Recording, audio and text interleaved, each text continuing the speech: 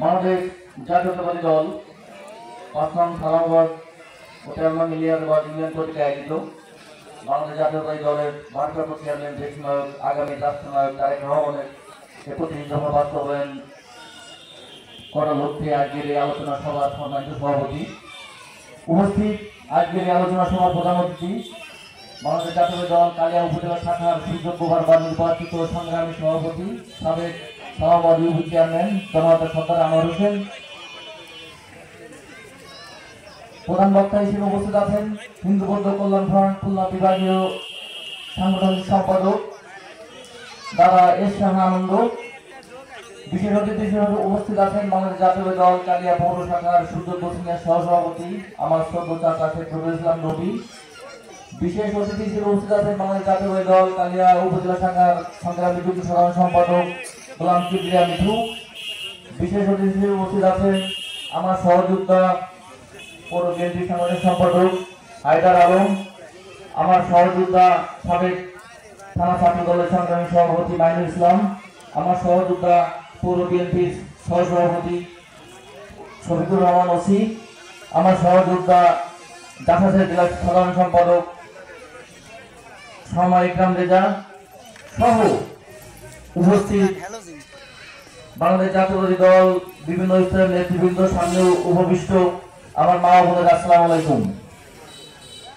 আসলে বক্তব্য দিতে সময় প্রয়োজন, বক্তব্য দেওয়ার সময় নেই, কারণ এখনো আমার আরো ৩ জন বক্তা আমার পরে বক্তব্য রাখবেন।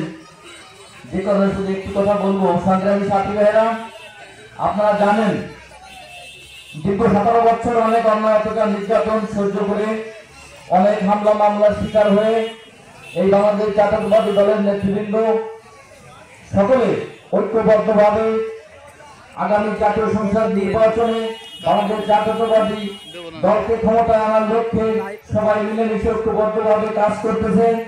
আমরা জানি বাংলাদেশ জাতীয়তাবাদী দলের এই কালিয়া উপজেলার প্রায় 70% মানুষ যে লোকটাকে অপছন্দ করে, বাংলাদেশ জাতীয়তাবাদী দল থেকে সেই লোকটার নাম সম্পর্কে প্রার্থী তালিকায় ঘোষণা হওয়ার পর আমাদের গ্রুপের নেতৃবৃন্দ মনে করেছে এই বুঝি ফাইনাল হয়ে গেল, তাকে মনোনয়ন দিয়ে দিল। আসলে না, এখনো নির্বাচনের তফসিল ঘোষণা হয়নি, এখনো দল কাউকে মনোনয়ন দেয়নি।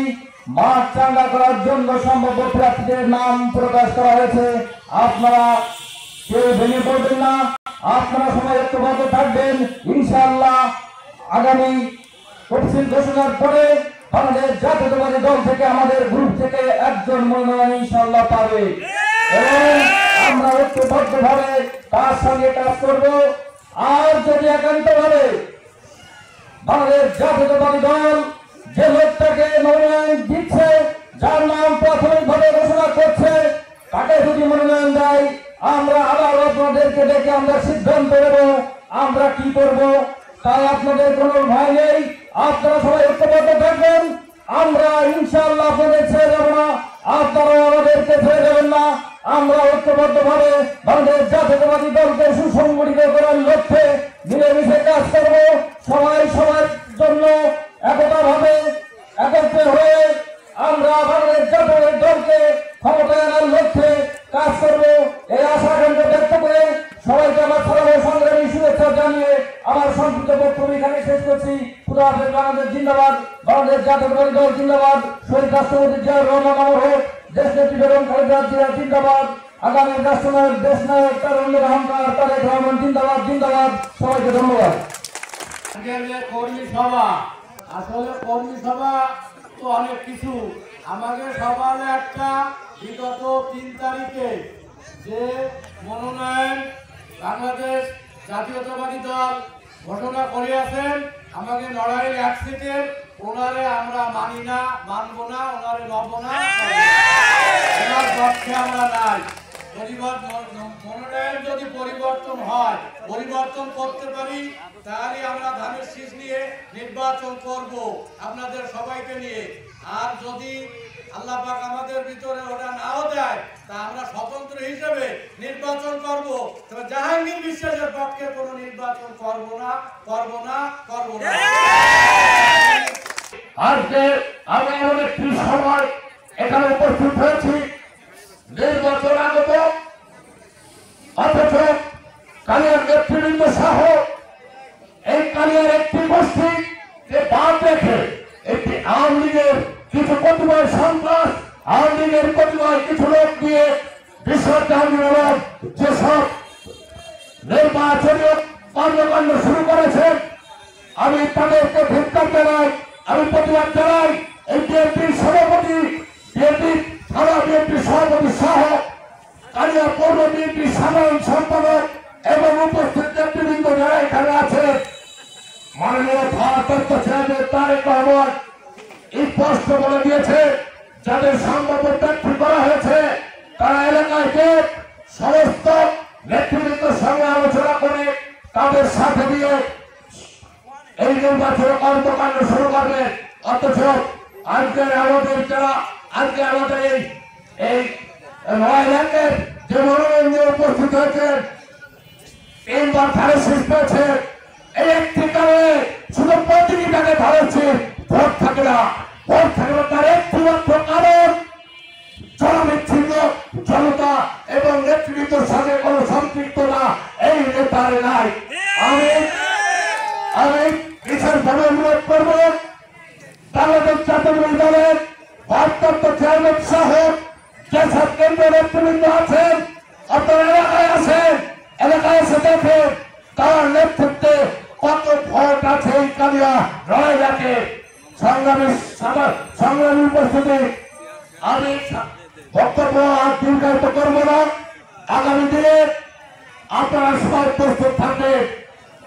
আজকে যে নেতা আমাদের একদমই বিচ্ছিন্ন করে দিয়ে তার একক তার স্বার্থ হাসিলের জন্য তার নিজস্ব কিছু দালালদের নিয়ে যেসব কর্মকাণ্ড শুরু করেছে, এর প্রতিবাদের জন্য আগামী নির্বাচনে আমরা সবাই সক্রিয় থাকবো। আপনাদের সবার কাছে সে আহ্বান থেকে আমার সংক্ষিপ্ত বক্তব্য শেষ করছি। বাংলাদেশ জিন্দাবাদ, শেখ জামাল হক, খালেদা জিন্দাবাদ, আগামী তারুণ্যের অহংকার তারেক রহমান জিন্দাবাদ, জিন্দাবাদ, জিন্দাবাদ। সবাইকে ধন্যবাদ।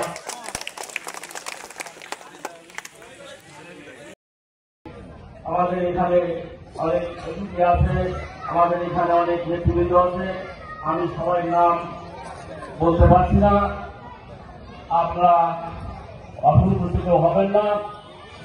উপস্থিত আছেন প্রধান বক্তা বিশেষ অতিথিবৃন্দরায়, উপস্থিত বাংলাদেশ জাতীয় দলের নেতৃবৃন্দ, অঙ্গ সমাজের নেতৃবৃন্দ, উপস্থিত বাংলাদেশ জাতীয় দলের নেতা কর্মীবৃন্দ ও সর্বপ্রতি আমার মা ও বোনেরা, সবাইকে আমার সালাম, আসসালামু আলাইকুম। আপনারা জানেন আমি দলের পর থেকে বাংলাদেশ জাতীয় দল করে আসছি। আপনারা জানেন আমি আপনাদের এই সালামাবাদ ইউনিয়ন এবং ইয়ালাবাদ ইউনিয়নের এক অংশের বারবার নির্বাচিত চেয়ারম্যান ছিলাম। আপনারা গত ডিসেম্বর মাস 15 ডিসেম্বর মাসে আপনাদের পরিচ্ছন্ন করেছিলেন।